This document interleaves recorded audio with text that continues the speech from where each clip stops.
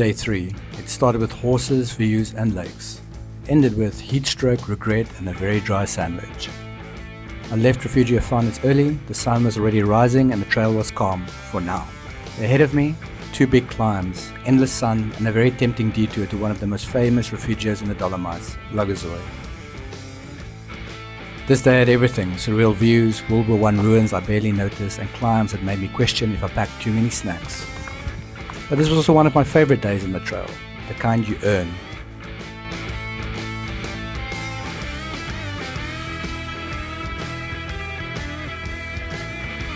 After a sweet breakfast and a strong Italian coffee, it was time to pack up, put on my very stylish dusty shoes and hit the trail. Today's mission is Rifugio Fanes to Rifugio Dibona, around 19 kilometers with 1,200 meters of elevation gain.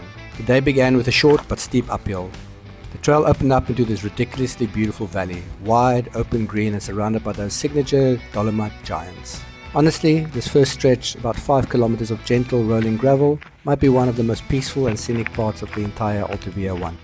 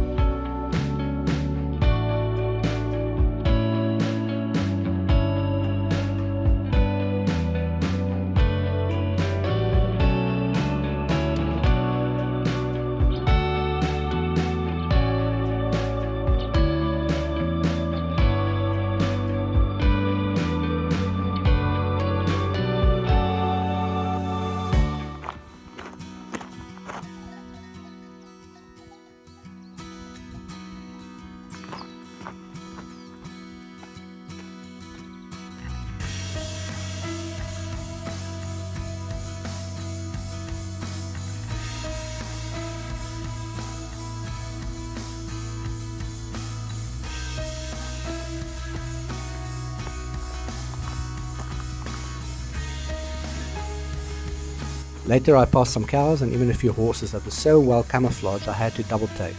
They looked like they belonged to a landscape.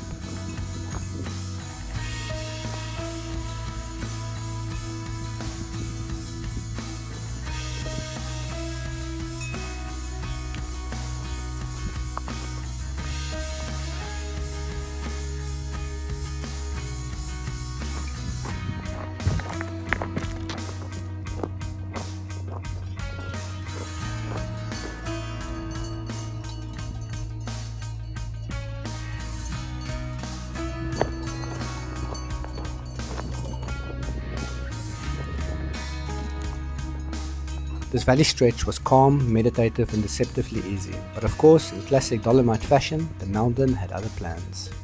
First section of the trail was beautiful, 5 kilometers, absolutely stunning, through a valley, nice cows and horses and beautiful views, probably the most beautiful section of the trail so far. But yeah, now I need to go up this trail, up this hill, the first one of the day, out of the 2, about 500 meters, so yeah, let's get started. All easy things eventually come to an end, and sure enough, the first proper uphill of the day appeared on the horizon. About 300 meters of elevation gain, rocky and exposed, but still kind on the legs compared to what was still coming. I took my time climbing, stopping often, not because I was tired of course, but because the views were just that good. The trail hugged the mountainside, slowly revealing layers of peaks behind me and new valleys ahead. The pass felt wild and remote, and honestly, I didn't want it to end.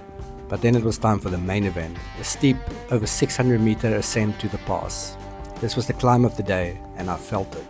It was hot, the terrain was rough, the air got thinner, and my lungs, well, they had a lot to say.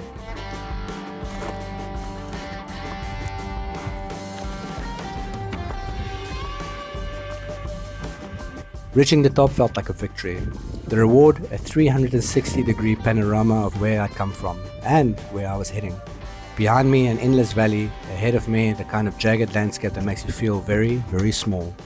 And right below, a shimmering alpine lake, our next destination. But first, the descent. And it was steep, rocky and relentless. Trekking poles came in very handy here. Do not forget them.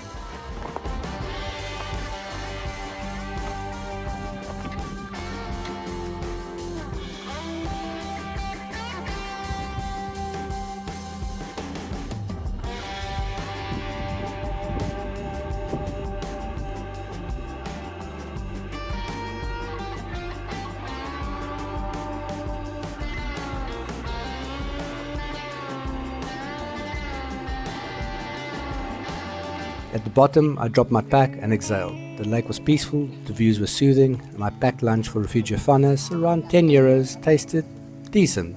Okay, it was slightly dry. But that view, Michelin star. This was one of those moments on a hike where everything just clicks.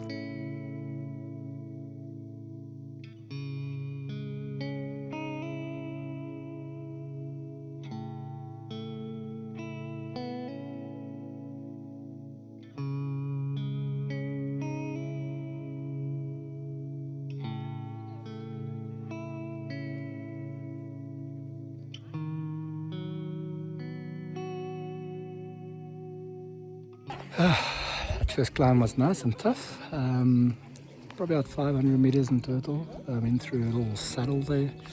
Unbelievable views on this day. It's just between Fanes and Lagazuoi. There's one part you want to do, this is the day. It is stunning. Having lunch here at this beautiful lake, have a packed lunch which wasn't the best, but at least it's a good break. Just cooling off because I have another big climb coming up, so I have to decide if I'm going to go all the way to Lagazuoi to see what's going on there, or if I just carry on ahead. The reason why I'm thinking that is I can see the clouds gathering. There might be a bit of rain from 2 o'clock, so let me see after another about 2 hours climb of hills, see how it is up there, and then I'll decide from there. But yeah, great day, let's do it.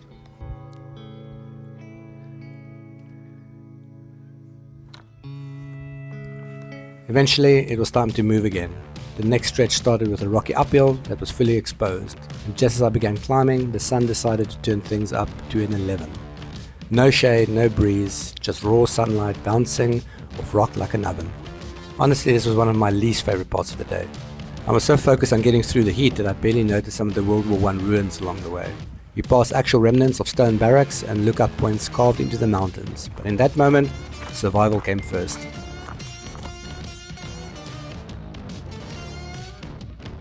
Eventually I made it to the section where you can turn off to Rifugio Lagazuoi, the highest refugio on the entire Alta Via 1. It's perched on a staggering 2,752 meters, famous for its panoramic views and dramatic sunset skies. But as I stood there looking at the trail leading up to it, and the steep switchbacks didn't exactly look inviting. But here's the kicker, there's a cable car. I mean, after spending the day crawling up rocks like Gollum, that sounds like cheating in the best way. Tickets are around 16 euros one way or 24 euros return, and of course dogs ride free, which is quite a nice perk. And trust me, when I came back a week later by gondola, it was 3 degrees Celsius and snowing. During the hike, it was over 30 degrees Celsius and sunny. That's mountain weather for you. As for the Rifugio itself, it's beautiful. There's a sunny terrace with the kind of views you want to freeze frame forever. Clean dorms and rooms, a warm shower.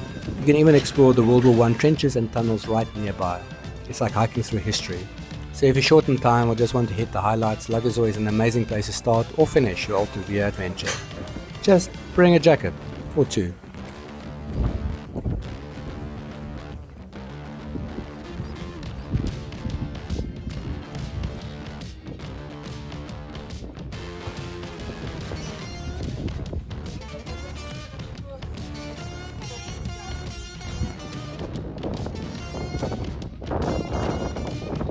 With Lagazuoi behind me, both literally and emotionally, I pressed on along the main Alta Via 1 trail.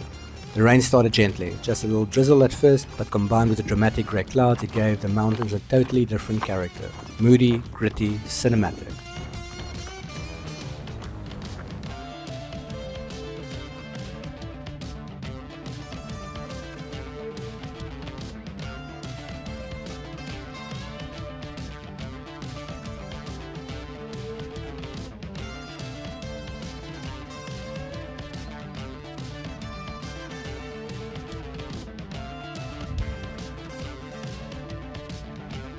This stretch was peaceful and quiet. I passed a few more World War I monuments and even some tunnels carved into the cliffs. If you have time and a headlamp, you can explore them. Just know that they're not for claustrophobic.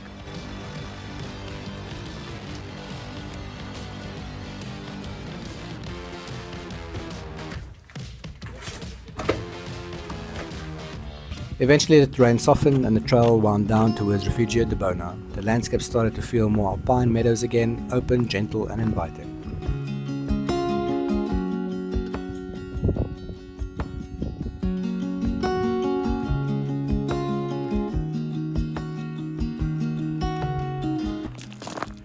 Well, that was a long technical downhill, very slippery. Thunderstorms above you. Up almost there, 300 meters. I don't know if I can grab a beer or something. Yeah, it's just stunning day though. Jeez, this is like so far the best day. And one of the better days I've had in all my trips really. So if you want to do a piece of the Dolomites, yeah, this piece between Fanes and Lagazuoi, even here at the Rifugio I'm going now as well. I think it's stunning. I mean, every second has been beautiful. Some exposed sections that was very hot. It's been nice now with the clouds to cool it off a bit. But yeah, stunning day, one for the books. And now trying to recover and prep for tomorrow, the long day. Over 25 kilometers, 1400 meters elevation gain. Yeah, from Dibona all the way to Stolonza. It's going to be a long day. Anyway, I'll start nice and early and yeah, take it a step at a time. Look at those views. Pretty epic.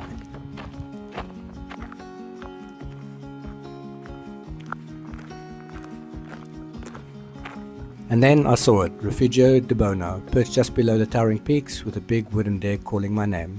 And let me tell you, what a place to end the day. Nestled at the foot of the Fana di Roses, this Rifugio is like something out of an alpine dream. Wooden beams, flower boxes, a giant sunny terrace with a front row view of the Dolomites, and best of all, dessert and beer waiting for me. I plopped down, kicked off the dusty boots, grabbed a cold one and a slice of cake, and just sat there like a man who just made it. Now, Dibona isn't as high up or remote as some of the other huts, but that actually makes it one of the most accessible and comfortable. You can even drive right up to it via gravel road from Cortina, which makes it a popular base for climbers, day hikers and photographers chasing the golden hour.